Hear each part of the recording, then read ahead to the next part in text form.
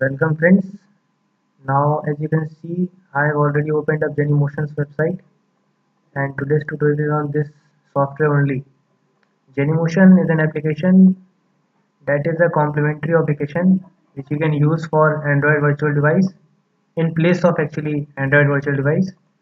As you might know that it really runs very slow on the PCs that are having low RAM memory or if they are having an AMD processor as I have.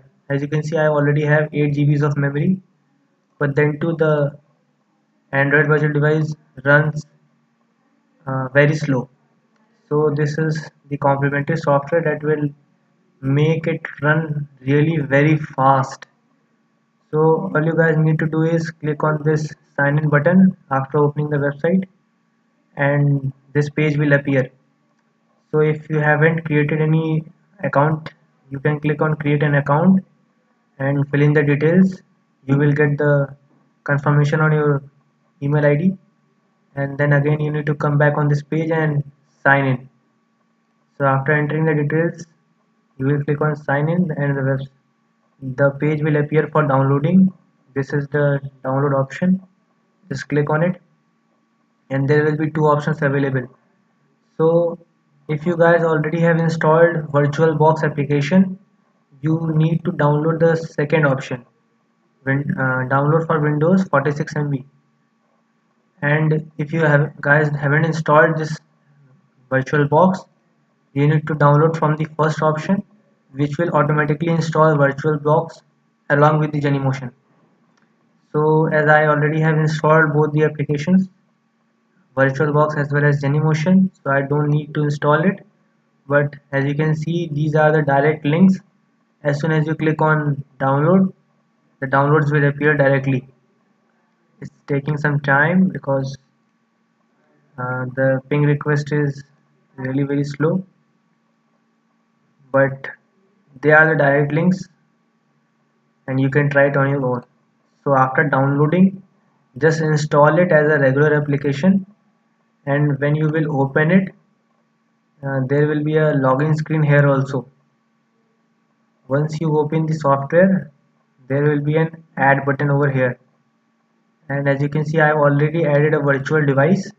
This device is 292 MB of size. You can choose any other device, but as you click on add button there will be a sign in option. Just click on it and fill in the details that you filled on the website.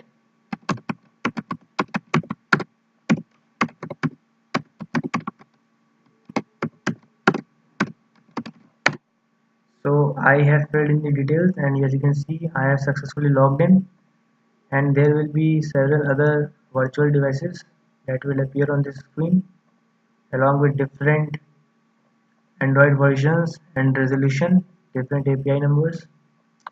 So as you can see I have installed this one, so it is appearing on the first line, and I have installed Nexus 5X 6.0 that shows the latest version Marshmallow that is available in the market, and there are several other custom applications that you can download. So the maximum size of any of these will be 292 MB. So just click on it and click on next, and this will show you the default settings, but you can change it later on. And once you have downloaded, it will appear in the list over here. As you can see, this is appearing, and you can change the settings. I have previously changed it to 1 GB, that is 1024 MBs. You can change it to whatever you want, and the default is 2048. And also you can change the number of processor it is using, but as you can see I have maximum 8 number of processors, and but I have given it only 4, and you can click on OK and start. And this is the first time the device is booting, so it might take some time, but you have to wait for it. And I have also got complaint about it that there is some problem with the configuration of Android Studio and Genymotion, and they are the devices that are even running like this, they are not appearing in the Android Studio. So I will give you the solution also. But before that, let's check it out how much time does it take and how much memory it is using. So as you can see, by default my laptop uses 1.6 to 2 GBs and only 600 MBs or 700 MBs are being added extra. But I have specified 2 GBs of RAM, so it will go up to 3.5 or something like that. And the icons are appearing, so we need to wait a little bit more. Yes, now the device is booted, and as you can see, it is pretty much faster than the Android virtual device manager that is provided by the Android Studio, and this is really very fast. I mean, compared to the stock version, you can use this.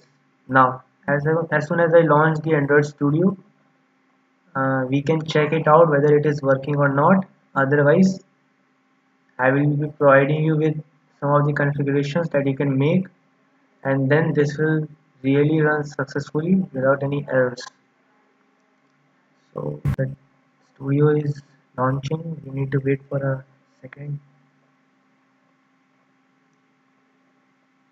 And I can tell you guys that you can run multiple virtual machines like this, and I have tested that on my PC. I can run approximately 5 virtual devices without any problem of hanging or something like that, and it really runs very smoothly and very fine.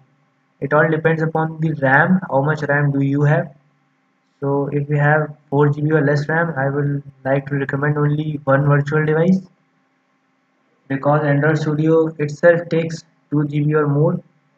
And if you guys are running any previous version of Android Studio like Eclipse or something like that, then you can run 2 devices at most. But you won't be needing anything. So now is the testing phase. I will click on this green button as soon as it appears. Scanning files to index. It is taking some time.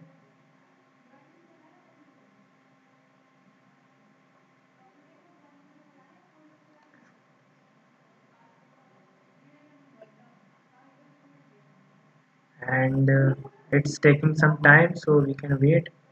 And now the green button has appeared, so we can test it by clicking on this, and it is initializing the ADB, but nothing is displaying over here, and it says adb.exe server failed.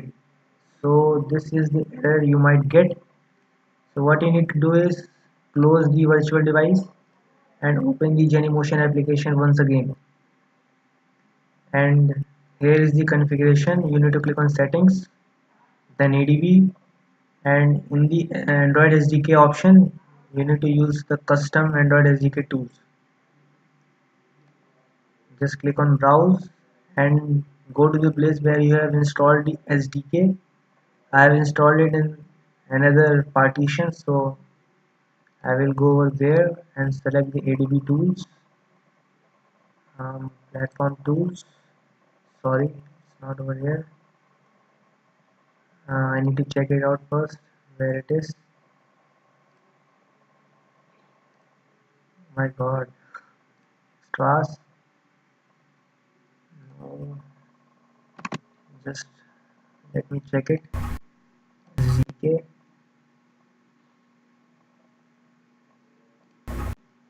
Here is the ADB location in the platform tools. I was right the first time. I just need to select this folder. Okay, and AAPT tool not found at this location. ZK tools might be a problem that I am using wrong something. Platform tools.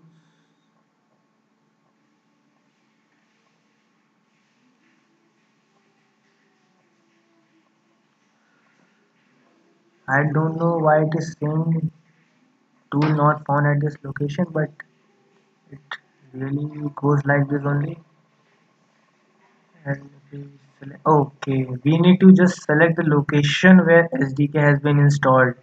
As you can see, all the folders inside the SDK folder is like this. So you just need to select Android SDK folder and click on select folder, and it will be, and here it appears the tick option. That means we have successfully changed it, and now we have to run the device once again, and we can check it in our Android Studio whether it is detecting or not.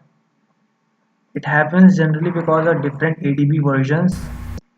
This error of ADB server failed, so as we have synchronized it with the same ADB version, so basically it should run, and the device is being booted up. It will take a second or two.